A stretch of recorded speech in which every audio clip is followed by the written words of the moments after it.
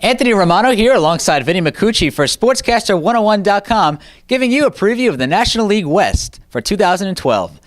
Vinny, I have to say, the National League West this year, it looks like the favorites are going to be the Arizona Diamondbacks once again. They have young pitching, young hitting, and it's all good talent. I think they're going to be the winners again this year. Well, certainly the Arizona Diamondbacks bring the most to the table. I think it begins and ends with Justin Upton and what he's able to do.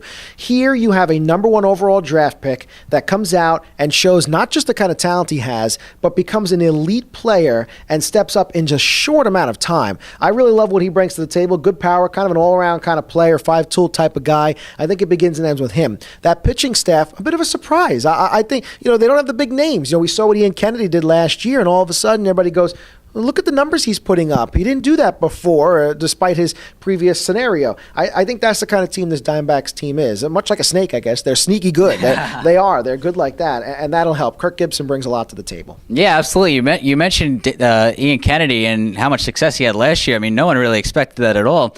Another guy, Daniel Hudson, just came out of nowhere pretty much, and he surprised a lot of people, won a lot of games for them, and was really clutch for them down the stretch and beating the Phillies in that division series. No, absolutely. And that's what it takes come postseason time. We all talk about a big offense a lot of the time, but it's pitching, and maybe at times it's also pitching you're not familiar with. Because remember, even for some of the best in the game, when they face an offense a lot, well, you start to get a bit of a rapport with them, you get more video on them. But if you're the pitcher going in for the first time and you're kind of a new name to the field and you go out in the postseason, the advantage is in your favor, and that's where the Diamondbacks have the edge. Yeah, I mean, it's interesting that this year we're saying that the Diamondbacks are the favorite.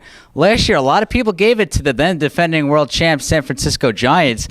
This year, I mean, their pitching is still, very good with Tim Lincecum and Matt Cain, but I just don't think that they have the offense to compete. Yeah, it's kind of been their problem over the past couple of years. They're going to get Buster Posey back. Hopefully he's healthy throughout the entire campaign, and I imagine his bat will play an impact within that offense. But you're right, that's been their problem, and it just goes to show that a little offense is needed. Pitching might win, pitching and defense wins, but a little offense is needed to help a team out. And if you have your pitchers going out and getting frustrated because they only give up a run or two but walk away with losses a lot of the time, it's going to be very tough. Still, can't overlook this Giants team because you're right. Lincecum and Cain are two of the premier pitchers in the National League. Yeah, I mean, another team that has kind of the same problem as the Giants is the Los Angeles Dodgers. I mean, they have guys like Matt Kemp is obviously going to be a great offensive star, but who else do they have to really lead that offense? I mean, there's really no one else that kind of stands out that can make an impact on this offense. They have the pitching.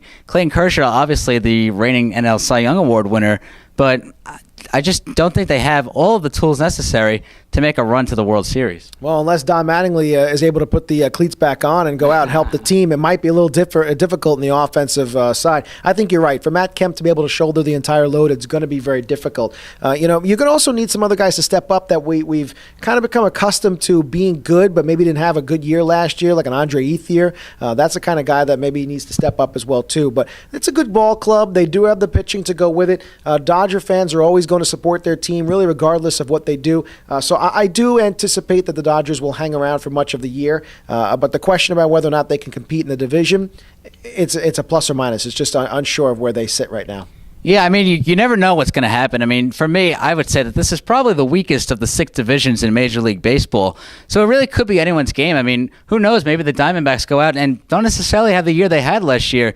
Can a team even like the San Diego Padres come out and compete? No, I don't think so. I don't think the Padres come out and compete at this point. They've lost a couple of players. They really took a downturn last year, and I would agree with you. I think that this is the weakest division in all of baseball. I think the NL Central gives them a bit of a run, but the National League West, I think, has the teams that, again, we're not looking at a wild card scenario here coming out of the National League West. And when you talk about really the star power in the division, not much. There's really not much. We already talked about it. Maybe Tim Lincecum is the shining player in the division. Matt Kemp is then your shining offensive player with Justin Upton, but not much star power in this division. Yeah, I mean, they've had some interesting seasons in the past, up and down. Do you think the Rockies can finally make a push this year? Again, I don't think so, only because now for them to be effective, they need to have a deep starting pitching staff. They had that in their run in 2008 when they went to the World when they went to the World Series. But you're talking about a ball club that I don't think they have the depth to be able to go. They made a nice strong run, and I think they have the excitement level, but that you can't just pull that out of thin air all the time. Excuse the pun, but you're talking about a Rockies team I think that's just not deep enough. Yeah, I would have to agree with you there, Vinny. I'm going to give the National League West to the Arizona Diamondbacks this year just because of all the young talent they have, and I think they're the most complete team in that division.